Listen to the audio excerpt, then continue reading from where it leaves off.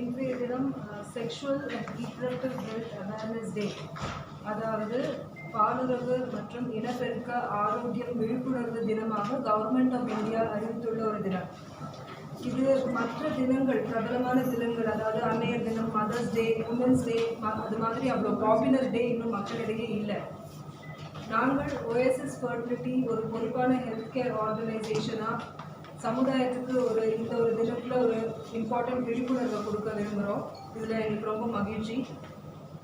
So government of India அவங்களோட national health போர்ட்டலில் சில அஜெண்டாலாம் கொடுத்துருக்காங்க. இந்த ஒரு டேயில் எந்த மாதிரி நம்ம டார்கெட்ஸ் அச்சீவ் பண்ணணும், அதாவது எப்படி safe sex practices, safe sexual hygiene measures, எப்படி செக்ஷுவலி டிரான்ஸ்மிட்டட் டிசீசஸ், ஹெச்ஐவி அந்த மாதிரி டிசீசஸ் எப்படி குறைக்கிறது, எப்படி கர்ப்பிணி பெண்களோட இறப்பு, அதாவது மெட்டர்னல் மார்டாலிட்டி எப்படி குறைக்கிறது, இன்ஃபென்ட் மார்டாலிட்டி எப்படி குறைக்கிறது, எப்படி ஃபர்டிலிட்டி ரேட் முன்னாடி நல்லபடியாக இருந்தது இப்போ ரொம்ப குறைஞ்சிட்டே வருது நாள் ஆக ஆக, இதை எப்படி பேலன்ஸில் கொண்டு வருது அப்படின்ற சில பாயிண்ட்ஸ்லாம் கொடுத்துருக்காங்க, ஒரு டார்கெட்ஸாக கொடுத்துருக்காங்க. இந்த டார்கெட்ஸ் அச்சீவ் பண்ணுறதுக்கு அட் லார்ஜ் ஃபஸ்ட்டு சமுதாயத்தில் இதோட விழிப்புணர்வு வந்தால் தான் இந்த டார்கெட்ஸை எல்லாருமே சேர்ந்து பண்ணால் தான் இந்த டார்கெட்ஸை அச்சீவ் பண்ண முடியும்.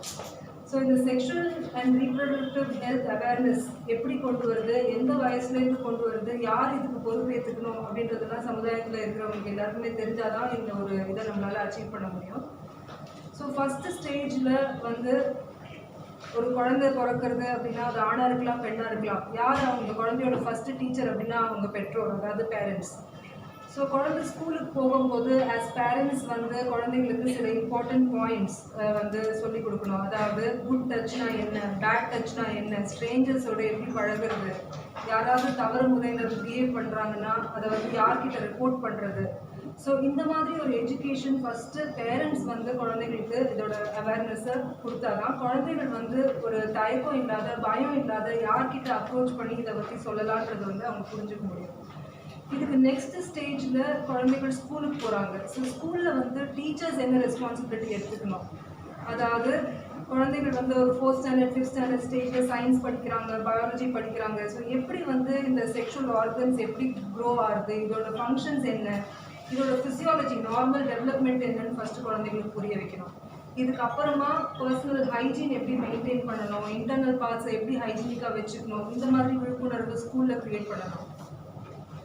ப்ளஸ் குழந்தைகள், பெண்கள் வயசுக்கு வந்த பிறகு, அதாவது மெனார்கி அப்படின்னு சொல்லுவோம், அதாவது மென்ஸ்ட்ரல் ஹைஜீனை எப்படி கடைபிடிக்கணும், எப்படி எல்லா குழந்தைகளும் சானிடரி பேட்ஸ் யூஸ் பண்ணணும். அந்த காலத்தில் துணி உபயோகிச்சு நிறைய இன்ஃபெக்ஷன் வரதுக்கான காரணம். ஸோ இந்த மாதிரி காமன் அவேர்னஸ் ஸ்கூல் லெவலில் இதை கண்டிப்பாக ஒரு ஸ்டேஜில் க்ரியேட் பண்ணணும். இதுக்கு அடுத்தது கொஞ்சம் higher senior secondary school and also college லெவலில் சேஃப் செக்ஸ் ப்ராக்டிசஸ்னால் என்ன, செக்ஷுவல் ஹைஜீன்னா என்ன, இதெல்லாம் கற்றுக் கொடுக்க வேண்டிய ஒரு responsibility even teachers have. So இது ரொம்ப இம்பார்ட்டன்ட்.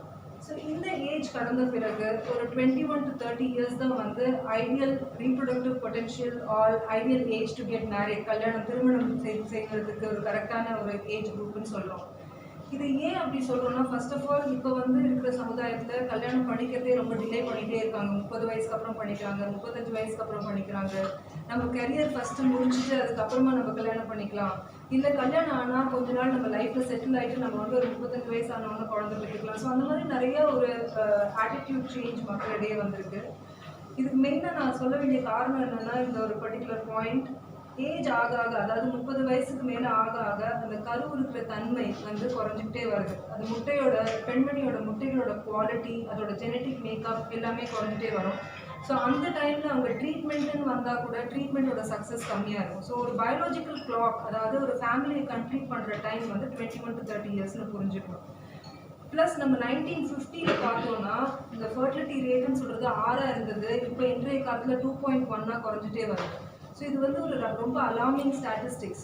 ஸோ இதுக்கான அவேர்னஸ் என்ன இருக்கணும் அப்படின்னா, first right age at marriage, ஒரு குறிப்பிட்ட ஏஜ்க்குள்ளே குழந்தை பெற்றுக்கணுன்ற ஒரு அவேர்னஸ். அதே மாதிரி ட்ரீட்மெண்ட்டுக்கு போகணுன்ற போது ஆண்களுக்கும் பெண்களுக்கும் இந்த இன்ஃபர்டிலிட்டின்ற ப்ராப்ளம் ஒரு சமமான காரணம், ஒருத்தருக்கு அதிகமாக ஒருத்தருக்கு கம்மியாகவும் இருக்கிறது கிடையாது.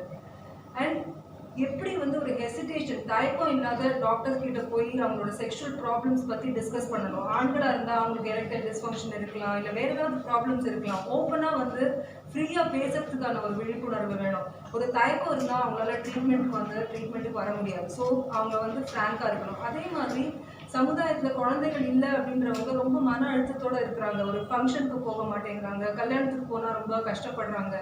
ஸோ அவங்க வந்து தனிமைப்பட்டவங்க இல்லைன்றதை புரிஞ்சுக்கணும். அவங்கள மாதிரி நிறைய பேர் இருக்காங்க. ஸோ இப்போ வந்து ஒரு ஹைப்பர் டென்ஷன், டயபெட்டிஸ் எப்படி ஒரு க்ரானிக் டிசீஸாக நம்ம எல்லார் வீட்லையும் பார்க்குறோமோ, இன்றைய காலகட்டத்தில் 6 தம்பதிகளில் ஒரு தம்பதிக்கு இன்ஃபர்டிலிட்டி ப்ராப்ளம் இருக்குது. ஸோ அவங்க வந்து ஒரு தனிமைப்பட்டவங்க இல்லை. அவங்க முன் வந்து அவங்களோட ப்ராப்ளமை ஃபர்டிலிட்டி ஸ்பெஷலிஸ்ட்டை டிஸ்கஸ் பண்ணால் இதுக்கான தீர்வு அவங்களுக்கு கண்டிப்பாக கிடைக்கிறதுக்கான சான்சஸ் இருக்குன்றதை புரிஞ்சுக்கணும்.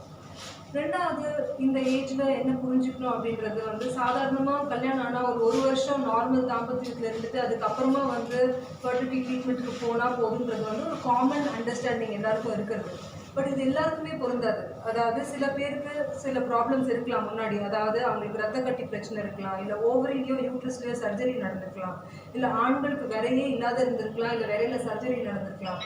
இந்த மாதிரி இல்லைன்னா கேன்சருக்காக ஏதாவது ட்ரீட்மெண்ட் எடுத்துகிட்டு இருக்கலாம், இல்லை கேன்சருக்காக ட்ரீட்மெண்ட் எடுக்கிறதுக்காக வெயிட் பண்ணிட்டு இருக்கலாம். ஸோ இந்த மாதிரி பேஷண்ட்ஸ் எல்லாம் வந்து இந்த 1 வருட காலன்றது வந்து பிளாங்கெட் ஸ்டேட்மெண்ட் கிடையாது. அவங்க திருமணம் ஆன உடனேயே ஒரு ஸ்பெர்ம், அதாவது உயிரணுவோ இல்லை முட்டையோ சேமித்து வச்சுக்க முடியும். இல்லை அதை கருவாக்கி நம்ம வந்து க்ரையோ ப்ரிசர்வேஷன், எம்ப்ரியோ க்ரையோ ப்ரிசர்வேஷன்ற ப்ராசஸையும் நம்மளால் பண்ண முடியும். எனக்கு கேன்சர் ட்ரீட்மெண்ட், அதாவது நம்ம காமனாக கேட்குறது வந்து கீமோதெரப்பி, ரேடியோ தெரப்பி. ஸோ இதெல்லாம் வந்து பர்மனெண்ட்டாக இந்த முட்டைகளோ இல்லை அணுக்களோ பர்மனெண்ட்டாக டேமேஜ் காஸ் பண்ணுற ஒரு ட்ரீட்மெண்ட். ஸோ நம்ம வெயிட் பண்ணாத இது கேன்சர் ட்ரீட்மெண்ட்டுக்கு முன்னாடியே சேமித்து வச்சுக்கிட்டோம்னா அவங்க கேன்சர் ட்ரீட்மெண்ட் வந்ததுக்கப்புறம் அவங்களால ப்ரெக்னென்சியும் ஃபேமிலியும் கம்ப்ளீட் பண்ண முடியும். ஸோ இதுக்கான ஒரு விழிப்புணர்வு கண்டிப்பாக மக்களிடையே இருக்கணும். மூணாவது, ஆண்களுக்கு வந்து ஏசோஸ்பெர்மியான்ற ஒரு ப்ராப்ளம், அதாவது அணுக்களே இல்லாத ப்ராப்ளம் இருக்கலாம். ஸோ அந்த காலத்தில் அணுக்கள் இல்லை அப்படின்னா 2 ஆப்ஷன் தான் இருந்துச்சு. அதாவது ஒன்று அவங்க டோனர் அணுக்கள் எடுத்து உள்ள செலுத்துகிற ட்ரீட்மெண்ட்டுக்கு போகணும், இல்லைன்னா தத்தெடுத்துப்பாங்க, அடாப்ஷன் போய்ப்பாங்க. இப்போ இந்த காலகட்டத்தில் சயின்டிஃபிக் அட்வான்ஸ்மெண்ட்ஸ் ரொம்ப வந்ததுனால நம்மளால ஓன் பயாலஜிக்கல் மெட்டீரியல், அதாவது அவங்களோட சொந்த உயிரணுக்களை கிடைக்கிறதுக்கான வாய்ப்பு நிறையா இருக்குது. டீசா, மைக்ரோ டீசா போன்ற ப்ரொசீஜர் மூலமாக ஏசோஸ்பெர்மியா அணுக்களே இல்லாதவங்களுக்கு கூட அவங்களோட ஓன் அணுக்களால் குழந்தைகள் பெறத்துக்கான வாய்ப்பு இருக்குது. ஸோ இது வந்து இந்த மாதிரி ஒரு அவேர்னஸ்லாம் கண்டிப்பாக இந்த ஏஜில் இருந்தால் தான் அவங்க ட்ரீட்மெண்ட்டுக்கு முன் வந்து சக்ஸஸ் ரேட்டை பெற முடியும். மூணாவது ஸ்டேஜ்னு சொல்ல வர்றது வந்து கொஞ்சம் வந்து எல்டர்லி பீப்புள், அவங்களுக்கு வந்து 45, 50 இந்த மாதிரி ஏஜ் குரூப்பில் அவங்களோட யூட்ரஸை எப்படி மற்ற கேன்சர் போன்றவையோ இல்லை பிரெஸ்ட் ப்ராப்ளம், ஏதாவது பிரெஸ்ட் கேன்சர் அந்த மாதிரி டிசீசஸ்லேருந்து எப்படி ப்ரிவெண்ட் பண்ணிக்க முடியுன்ற அவேர்னஸ் ரொம்ப வேணும் நம்ம சமுதாயத்தில். அதாவது இதை எப்படி ப்ரிவெண்ட் பண்ணலாம், செல்ஃப் பிரெஸ்ட் எக்ஸாமினேஷன் வந்து எல்லாருக்குமே கற்றுத்தரணும். மாதம் பெண்கள் பிரெஸ்ட் எக்ஸாமினேஷன் பண்ணி அதில் ஏதாவது கட்டியோ இல்லை ஏதாவது ஒரு மாற்றமோ வந்ததுன்னா மருத்துவரை அணுகி அதுக்கான சிகிச்சையை வேகமாக பெறுறதுக்கான ஒரு preventive method. So simple method, இது எப்படி பண்ணணும். ரெண்டாவது, பேப்ஸ்மியர் அப்படின்ற வந்து கர்ப்பப்பை வாயில் புற்றுநோய் வராத தவிர்க்கிறது. இது மாதிரி ஒரு பேப்ஸ்மியர் ஸ்க்ரீனிங் டெஸ்ட் பண்ணால் ஏர்லி ஸ்டேஜஸ்லேயே நம்மளால் ஏதாவது ப்ராப்ளம் இருந்தால் டயக்னோஸ் பண்ணி ஃபுல்லாகவே க்யூர் பண்ண முடியும். ஸோ இது மாதிரி ஒரு ரீப்ரொடக்டிவ் ஹெல்த்து, செக்ஷுவல் ஹெல்த்துன்றது usually begins in childhood and goes up to old age. So இது வந்து ரொம்ப ரொம்ப இம்பார்ட்டண்ட்டான ஒரு விஷயம் நாங்கள் வந்து சமுதாயத்துக்கு சொல்ல விரும்புகிறோம். இன்றைய தினத்தில் we have also launched sexual health awareness day.org. இந்த பிளாட்ஃபார்முக்கு போய் எல்லாருமே வந்து ஒரு உறுதி எடுத்துக்கலாம். இந்த மாதிரி அவேர்னஸை நான் வந்து சமுதாயத்துக்கு க்ரியேட் பண்ணுறேன் அப்படின்றத உறுதி எடுத்துக்கலாம். ப்ளஸ் இந்த பிளாட்ஃபார்முக்கு போகும்போது உங்களுக்கு necessary information, scientific advice, expert opinion அதெல்லாம் கூட கிடைக்கிறதுக்கான வாய்ப்பு இருக்குது. இது யாரெல்லாம் இந்த பிளெட்ஜ் எடுத்துக்கலாம், இந்த உறுதி எடுத்துக்கலாம் அப்படின்னா சமுதாயத்தில் இருக்கிற எல்லா ஹெல்த் கேர் ஒர்க்கர்ஸ் நாங்கள் எடுத்துகிட்டு இருக்கோம். ஆல் ஓவர் இந்தியா இந்த ஹெல்த் கேர் ஒர்க்கர்ஸ்க்கு இந்த பிளாட்ஃபார்ம் ரீச் ஆகிட்டு இருக்கு. நிறைய டாக்டர்ஸ் இந்த பிளெட்ஜ் எடுத்துகிட்டு இருக்காங்க. ப்ளஸ் அதை தவிர social workers, NGOs, teachers, common public கூட நீங்கள் உங்கள் ஃப்ரெண்ட்ஸ், ரிலேட்டிவ்ஸ் ஹெல்ப் பண்ணணும் அப்படின்னு நினச்சிங்கன்னா எல்லாருமே இந்த பிளாட்ஃபார்முக்கு போய் அடிக்வேட் நாலேஜ் அண்ட் கைடன்ஸ் உங்களுக்கு இதுலேருந்து கிடைக்கும். நன்றி, தேங்க்யூ.